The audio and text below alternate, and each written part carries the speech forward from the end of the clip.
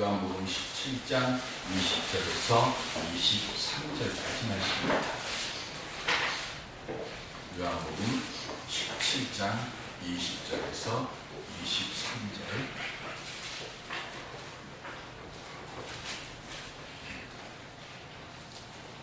내가 비옵는 것은 이 사람들만 위함이 아니요 또 그들의 말로 말미암아 나를 믿는 사람들도 위함이니 아버지께서 내 안에 내가 아버지 안에 있는 것 같이 그들도 나를 믿게 세상과 아버지께서 나를 보내신 것을 믿게 하옵소서. 내게 주신 영광을 내가 그들에게 주었사오니 이는 우리가 하나가 된 것 같이 그들도 하나가 되게 하려 함이니이다.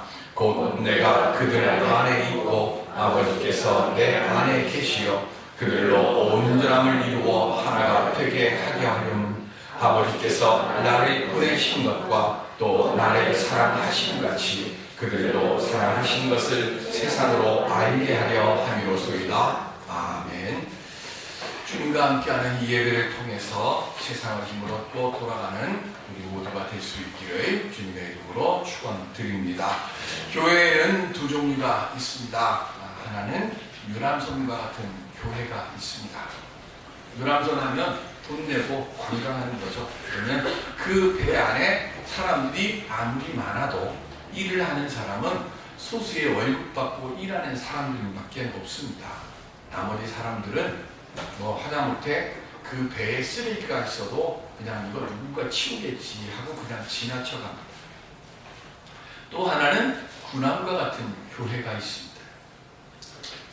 교인 모두 다 군인이기 때문에 각자 임무를 가지고 언제든지 군인처럼 적과 싸워서 승리할 수 있도록 준비해서 그렇게 협력해가는 교회입니다.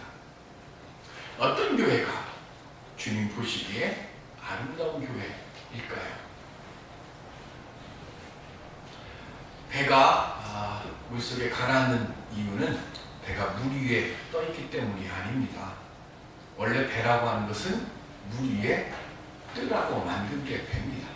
배는 물이 없으면 쓸모가 없어요. 그러니까 배가 가라앉는 것은 배가 물 위에 있기 때문에 가라앉는 것이 아니라 물이 배 안으로 들어오기 때문에 배가 가라앉는 겁니다. 교회도 마찬가지입니다. 교회도 세상과 저 멀리 떨어져 갖고 아름답게 혼자 서 있는 게 아닙니다. 하나님께서 내가 천국 열쇠를 너에게 주겠다 하시면서 세상의 교회를 세우시고 그 세상 한복판의 교회를 만드신 이유는 그곳에서 쉼없는 영적 전쟁을 싸우면서 세상의 그리스도의 살아계신 역사를 드러내라고 교회를 이 세상 한복판에 세우게 하신 거예요. 그런데 오늘날 우리의 모습들은 어떻습니까? 교회가 점점 세상 속에서 힘을 잃어가고 있습니다. 왜 그럴까요? 배에 물이 들어오면 누군가가 물을 발견한 사람이 제일 먼저 그 물을 퍼내면 돼요. 내가 뭔지 관계없든지 관계하지 말고요. 배에 물이 들어오면 들어올 게 안 되니까 그걸 퍼내야 됩니다. 그런데 뭐해요? 누군가 퍼내겠지 생각을 하는 거예요. 아무도 퍼내지 않으면 나중에 물이 어떻게 됩니까? 배 안에 가득 차서 배가 물속에 잠기는 것처럼 오늘 우리 교회 안에도 마찬가지입니다. 세상의 생각과 욕심과 편법과 잘못된 것과 부정한 것과 이렇게 하면 안 된다고 생각되는 그 일들이 교회 안에서 하나씩 일어나는데 누군가 하겠지 하고 가만히 있는 거예요. 옳은지 그른지 그거 분별하지도 않고 그냥 그렇게 살아가니까 남들도 다 그렇게 했으니까 세상도 그렇게 하니까 그렇게 하다 보니까 세상 속으로 교회가 점점 침몰되어져 들어가는 겁니다. 지금 저나 여러분들이나 우리 예수님의 영적 군사로 살아가고 있습니까? 십자가 군병되어서 예수를 쫓을 때 우리 찬송 부를 때 정말로 우리 당당하게 그렇게 찬송 부를 수 있습니까? 오늘 우리는 주님의 바른 영적 군사로 살아가야 될 줄로 믿습니다. 그러려면 우리가 어떻게 해야 할까요? 오늘 요한복음 17장은 예수님의 기도장이라고 합니다. 그리고 그 옆에 부절을 붙여서 대제사장적 기도라고 씁니다. 히브리서 9장 11절로 12절에 보시면 시작. 그리스도께서 장래 좋은 일에 대제사장으로 오사 손으로 짓지 아니한 것 곧 이 창조에 속하지 아니한 더 크고 온전한 장막으로 말미암아 염소와 송아지의 피로 하지 아니하고 오직 자기의 피로 영원한 속죄를 이루사 단번에 성소에 들어가셨느니라. 아멘. 용키브로 1년에 한 번 대속죄를 이스라엘 백성들은 합니다. 1년에 한 번 대제사장을 통해서 대속죄를 받아요. 그날은 백성들의 모든 죄를 대신해서 죄 속에 있는 대제사장이 양이나 염소나 송아지를 제물로 드려서 이 백성들의 죄를 사하여 주시옵소서 기도합니다. 오늘 예수님도 그 용키브루의 대속죄일 지금 그 길을 걸어가시고 계십니다. 마지막 십자가의 그 길을 가시기 전에 점도 없고 흠도 없는 죄 속에 거하지 아니하신 그 온전하신 하나님께서 십자가에서 우리의 모든 죄를 한 번에 사하여 주시려고 지금 십자가의 길을 가는 그 마지막 밤에 제자들 앞에서 대제사장의 기도를 지금 드리고 있습니다. 그래서 요한복음 17장을 예수님의 기도장, 대제사장적 기도의 장이라고 이야기를 하는 거예요. 그러면 그 예수님의 기도를 통해서 우리가 알 수 있는 것이 무엇이 있을까요? 예수님께서 이 세상에 오신 목적이 무엇이고 그리고 그 일을 이루시기 위해서 무엇을 하셨는가를 우리가 알 수 있는 거예요. 요한복음 17장 2절에 보시면 시작. 아버지께서 아들에게 주신 모든 사람에게 영생을 주게 하시려고 만민을 다스리는 권세를 아들에게 주셨음이로소이다. 아멘. 예수님께서 이 땅에 육신을 입고 오신 궁극적인 목적은 예수님을 아는 모든 사람들에게 영생을 주시기 위한 겁니다. 그래서 이 영생을 얻기 위해서 우리가 알아야 하고 그리고 우리가 행해야 할 것이 있어요. 그게 뭔가 하면 예수님께서 하나님으로부터 나오신 줄을 진실되게 알고 그리고 하나님께서 예수님을 보내신 것을 참으로 믿는 겁니다. 즉 믿음에는 두 가지의 시작이에요. 하나는 알아야 되고 두 번째는 알았으면 믿어야 되는 거예요. 그리고 믿었으면 마지막으로 뭘 해야 돼요? 행해야 되는 거예요. 그러니까 요한복음 17장에 보면 아는 것이 뭡니까? 예수님께서 하나님과 한 분이신 것을 알아야 하고 그것을 믿었으면 그러면 예수님께서 우리에게 마지막으로 주시는 것 그게 뭐냐면 하나가 되어야 한다는 것을 말씀하십니다. 즉 요한복음 17장은 세 가지 동사에 알라, 믿어라, 그리고 하나가 되라는 거예요. 예수님과 하나님이 하나이신 것처럼 오늘 본문에 그들이라고 했는데 이 그들은 제자들을 말하는 것이고 오늘 따지면 예배를 드리고 있는 우리들이 예수 안에서 하나가 되어지는 것 이것이 우리의 믿음의 시작이에요. 왜 그러면 우리가 예수 믿는 사람들이 하나가 되어야 할까요? 오늘 본문 21절에 보시면 아버지여 아버지께서 내 안에 내가 아버지 안에 있는 것 같이 그들도 다 하나가 되어 우리 안에 있게 하사. 그리고 뭐라고 하셨어요? 세상으로 아버지께서 나를 보내신 것을 믿게 하옵소서. 우리가 믿는 우리들이 하나가 되어야 세상이 하나님께서 예수를 보내신 것이구나 하고 믿게 된다는 거예요. 먼저 한 우리들이 믿고 그리고 그 믿음대로 행해야 예수를 모르는 사람들이 우리의 모습을 보고 예수가 하나님과 같은 분이구나 하는 것을 믿게 된다는 거예요. 그리고 난 뒤에 두 번째로 22절에 보시면 내게 주신 영광을 내가 그들에게 주었사오니 이는 우리가 하나가 된 것 같이, 그리고 뭐라 그러셨어요? 그들도 하나가 되게 하려 함이니라.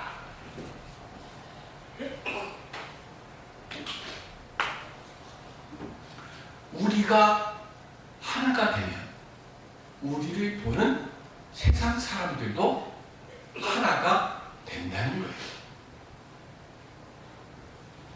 다른 말로 이야기를 하면 예수 믿는 사람들이 하나 되지 못하고 싸우면 하나님의 사랑받는 무리임을 세상에서 인정받을 수 없게 된다는 것을 말합니다. 우리 대한민국에 교단이 너무 많아요. 만나서 목회자들도 만나면 얘기를 하면 그래도 우리 기장입니다 하면 끝이에요. 근데 예장입니다 하면 그 다음에 무슨 팔을 들어야 돼요. 통합인지 합동인지 합심인지 개혁인지 대실인지 루터인지 뭔지 뭐 총회 합동 뭐 해갖고 예장 교단만 140개가 넘는데요. 거기다가 감리교 있죠, 성결교 있죠, 순복음 이미 저희들끼리 만나면 제가 여러 번 말씀드린 것처럼 예수하고 그리스도하고 나누는 교회는 전 세계 대한민국밖에 없어요. 예수교 장로회, 기독교 장로회, 예수교 성결교, 그 기독교 성결교, 예성, 기성, 예장, 기장, 예감, 기감. 이 모습으로 우리가 어떻게 세상 앞에 우리의 모습을 보고 우리가 예수님의 사랑받는 자인다를 드러낼 수 있을까요? 우리가 세상에 예수 그리스도의 이름을 알리는 방법이 무엇이 있습니까? 하면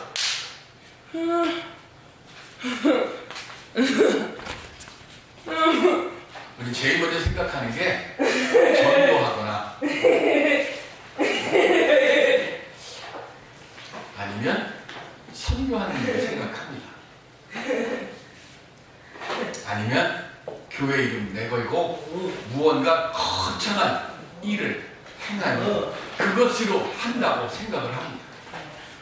물론 분명히 전도 필요하고 선교해야 되고, 그리고 내가 있는 자리에서 최선을 다해서 순종함으로 하나님의 그 영광을 세상에 드러내야 하는 것 중요합니다. 그런데 그것보다 더 강력하고 확실하게 세상에 하나님을 드러내는 것이 있습니다. 그것이 뭐냐면 바로 교회가 하나 되는 것입니다. 초대교회에는 엄청난 부흥의 역사가 있었습니다. 그런데요, 초대교회 하면 우리가 생각하는 게 뭐예요? 카타콤입니다. 엄청나게 많은 사람들이 순교당했습니다. 100년이 넘는 동안 대핍박 기간이 3번씩이나 있었습니다. 그럼에도 그런 수많은 환난과 극심한 핍박 속에서 어떻게 교회가 부흥의 역사를 이루었을까요? 로마 황제나 고위층들이요, 지방층에 있는 지방도시의 관리들에게 기독교에 대해서 조사해서 보고서를 작성해서 올리라고 했어요. 그래서 그 보고서를 올렸는데 그 보고서 올린 거기에 보니까 그 교회에 대해서 이야기를 하는데 이들은 세상에 없는 사랑으로 서로를 사랑하는 사람들이라고 보고를 해요. 그러면서 나가기를 내 것 구분 없이 서로가 가진 것을 나누어서 하나가 된 사람들입니다. 그래서 이들은 강력합니다. 기독교를 탄압하기 위해서 조사하던 관리들이 서로 살아가는 모습으로 하나된 교회를 보면서, 그리고 그렇게 살아가면서 지내는 성도들의 모습을 보면서 탄압할 건 찾는 게 아니라 오히려 살아계신 하나님의 사랑을 발견했다고 그 보고서에 기록을 해요. 초대교회 부흥의 역사가 일어난 이유가 어디에 있습니까? 그들 전도하지 않았습니다. 선교하지 않았습니다. 교회 이름 내걸고 거창한 일 할 수도 없습니다. 그런데 그렇게 놀랍게 부흥의 역사가 일어난 이유는 하나입니다. 예수 그리스도의 사랑 안에서 모든 교우들이 하나가 되려고 했습니다. 사도 바울은 그래서 하나가 되지 못해서 어려움을 겪고 있는 에베소 교회를 향해서 에베소서 4장 3절로 4절에 이렇게 말씀합니다. 평안에 매는 줄로 성령이 하나 되게 하신 것을 힘써 지키라. 몸이 하나요 성령도 한 분이시니 이와 같이 너희가 부르심의 한 소망 안에서 부르심을 받았느니라. 아멘. 성령 하나입니다. 성령 하나, 그 한 성령 안에서 그리스도는 교회의 머리가 되십니다. 그리고 우리는 다 지체입니다. 한 몸으로서 하나가 되어져야 교회가 되어집니다. 교회가 하나가 되지 못하니까 에베소 교회를 향해서 하나 되지 못한 교회는 교회가 아니라고 강력하게 말씀합니다. 왜 남자들이 이발소에 가서 면도를 하면 따뜻한 수건을 먼저 이렇게 얼굴 위에 이렇게 올려놓습니다. 그래서 수분도 먹고 피부도 좀 부드럽게 해가지고 이 속에 있는 해가지고 면도를 아주 깨끗하게, 면도를 집에서 아무리 깨끗하게 해도요, 하고 난 다음에 손으로 이렇게 만지면 이렇게 손가락 끝에 이렇게 만져지거든요. 근데 그렇게 따뜻하게 해갖고 면도를 쓱 하면 정말로 손 이렇게 미끈미끈하게 이렇게 면도 같아요. 그런데 하루는 이발소에 가서 면도를 하려고 했는데 수건을 딱 올렸는데 이게 너무 뜨거워. 이 손이 깜짝 놀라갖고 확 일어나서 아니 아저씨 지금 이게 뜨거운 걸 어디는 어떡하냐고. 그랬더니 그 이발소 사장이 하는 말이 죄송합니다. 내가 너무 뜨거워서 손에 수건을 줄 수가 없어갖고 제가 그냥 손님 얼굴에 올려놨어요.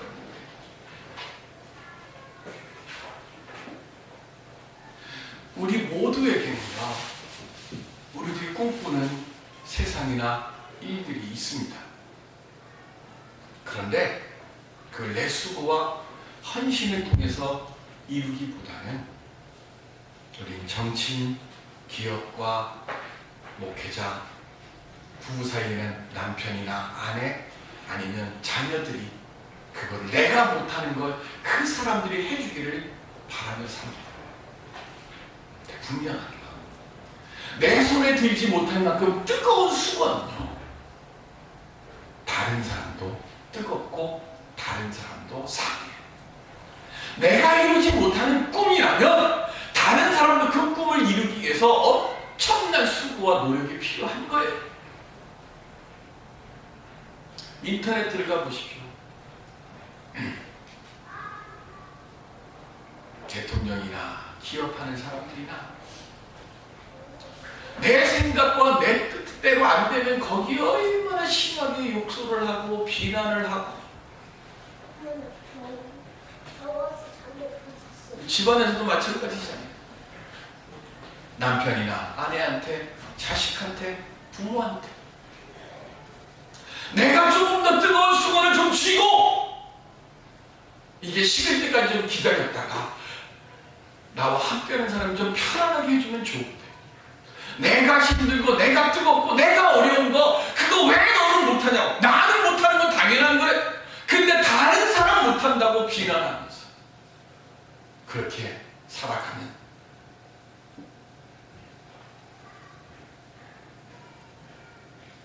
우리는 절대로 하나가 될 수 없고 세상을 변화시킬 수가 없습니다. 세상을 바꾸는 건 분명한 건 내 힘으로 안 됩니다. 내 힘만으로는 안 돼요. 어려워요. 그래서 우리가 예수님께, 하나님께, 성령님께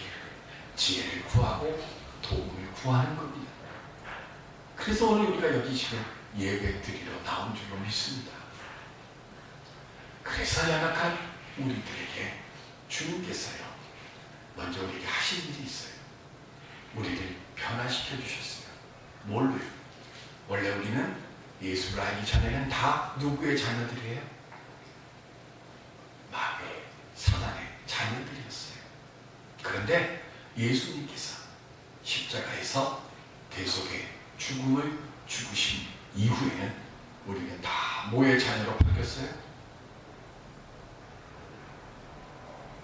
하나님의 자녀로 바뀌었습니다. 이거 믿으십니까? 이것에 대해서 우리가 감사합니까? 오늘 우리는 믿음의 처음 그것에 감사를 잃어버렸어요. 초대교회 때는 예수님의 십자가만 생각해도 감사해서 감격의 눈물을 흘렸어요. 그런데 우리는 지금 예수님이 우리를 위해서 십자가 달려 돌아가셨습니다라고 해도, 고난 주간이 되어도,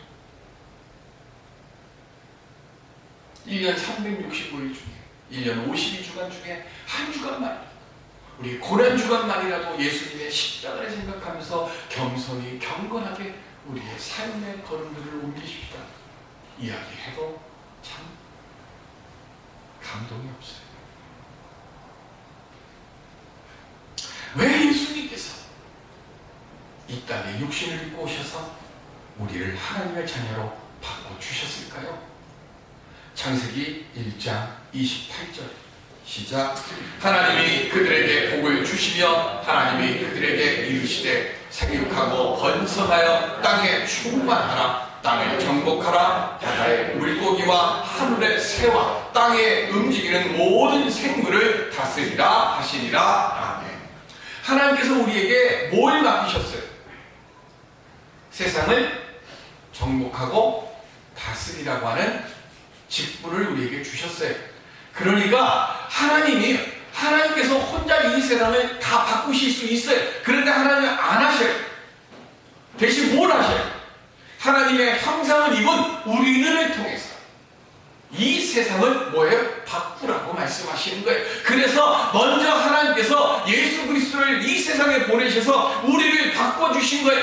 마귀의 자녀, 사단의 자녀, 죽을 수밖에 없는 우리들을 영생의 선물을 주시고 하나님의 자녀가 되는 놀라운 권세를 우리에게 먼저 주셨어요. 그리고 그 은혜를 얻었으면 그 은혜에 감사하면 뭐 하라고요? 이제는 생육하고 번성해서 땅을 정복하고 땅을 다스리는데 예수 그리스도의 사랑이 넘치는 세상으로 내가 그 사랑을 알고 그 사랑을 믿고 그리고 그 사랑을 행하라고.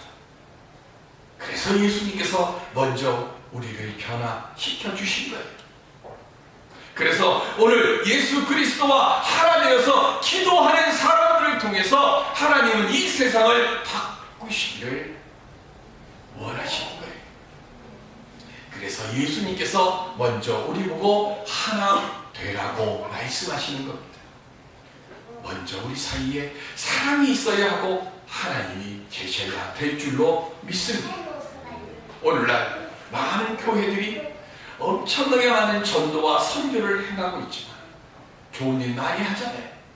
그럼에도 세상으로부터 점점 더 불신이 깊어지는 이유가 뭡니까? 우리가 교회가 하나 되지 못하기 때문에 그렇습니다. 원래 우리 만남의 교회는 어떤 모습입니까? 그러면 우리는 어떻게 무엇으로 이 만남의 교회를 하나가 되는 교회로 만들 수 있을까요? 아프리카에 복음의 씨가 뿌려졌습니다. 그래서 한 마을 거의 다가 예수님을 믿게 됐습니다. 근데 이분들이 예수님을 영접하고 난 뒤에 제일 먼저 한 것이 뭐냐면 모든 사람들이 기도 생활을 참 열심히 했어요. 그래서 마을에서 조금 떨어진 숲속에 저마다의 자기만의 기도처들을 만들어 놓기 시작합니다. 자, 아프리카에는요, 풀이 많이 자랍니까? 안 자랍니까? 풀이 엄청나게 많이 자라요. 하루에 2번씩 자기의 기도초로 이 사람들이 기도를 올라가다 보니까 이 기도초에 길이 생기기 시작합니다. 매일 가니까 풀이 밟히고 이러니까 거기에 풀이 안 자라고 길이 만들어집니다. 원래 길이라는 것이 길이 원래 있어서 길이 아니죠. 길은 뭐예요? 많이 다녀서 만들어진 게 그게 길이에요. 오늘 우리 인생길도 마찬가지입니다. 남들이 안 간 길, 나 혼자 가기 때문에 그게 내 인생의 길이 되는 거예요. 기도도 기도의 길도 마찬가지예요. 그래서 그 기도초를 만들어 놓고 거기다가 뭐라고 써놨냐면 그 가는 길을 나의 생명길하고 이름을 다 붙여놓은 거예요. 그래서 거기에 김민숙 생명길, 변재신 생명길 이렇게 이름들을 다 만들어 놓은 거예요. 그리고 하루에 2번씩 기도하러 갑니다. 그런데 그러다 보니까 가끔 가다가 기도에 게을러지는 사람이 생기기 시작합니다. 길을 만들어 놨는데 그 길로 안 가다 보니까 그 길에 뭐가 자라요? 풀이 자라기 시작합니다. 그러면 그 자란 풀을 어떻게 할까요? 벨까요? 그 길을 보고 동네에 있는 다른 사람이 그 사람한테 가서 말합니다. 당신의 생명길에 풀이 많이 자라났습니다. 이 말은 무슨 말이에요?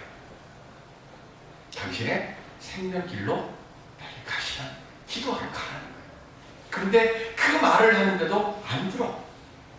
그럼 어떻게 할까요? 이 사람을 아는 다른 사람들과 함께 이 사람의 생명길을 대신 가서 기도해 주는 거예요. 그리고는 그 생명길에서 가서 기도하고 돌아와서 그 사람에게 얘기합니다.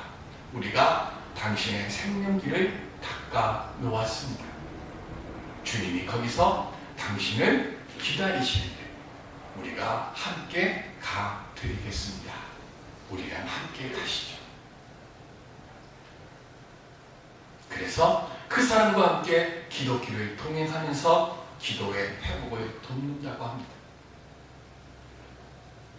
오늘 예배를 드리고 있는 우리들의 믿음의 길에, 기도와 예배의 길에 혹시 풀이 무성하게 자라나고 있지는 않습니다. 오늘 우리들이 먼저 사랑과 중보의 기도띠로 하나가 되어지는 우리들이 되시기를 바랍니다. 누군가의 풀이 무성하게 자라면 풀이 무성하게 자랐다고 말하기 전에 내가 그 사람의 생명길을 내가 가주고 그래서 그 길에 잡초나 풀이 자라지 않도록 그가 믿음이 흔들리지 않도록 주일날 교회 오지 못하면 왜 못 왔냐고 그를 위해서 전화하고 그를 위해서 기도해줘. 연약한 이들을 돌아보면서 사랑과 기쁨으로 주님의 사랑을 전할 수 있는 우리 모두가 되시길 바랍니다. 그때 우리 교회가 변하고 가정이 변하고 우리의 삶 기쁨이 충만한 역사가 임하여 질 줄로 믿습니다. 오늘 그렇게 믿음 안에서 사랑 안에서 하나 되어지는 우리 모두가 되어서 우리의 삶의 자리에서 하나님의 영광이 온전히 드러날 복된 만남의 교회, 만남의 교우들이 되시기를 주님의 이름으로 축원드립니다. 기도하겠습니다.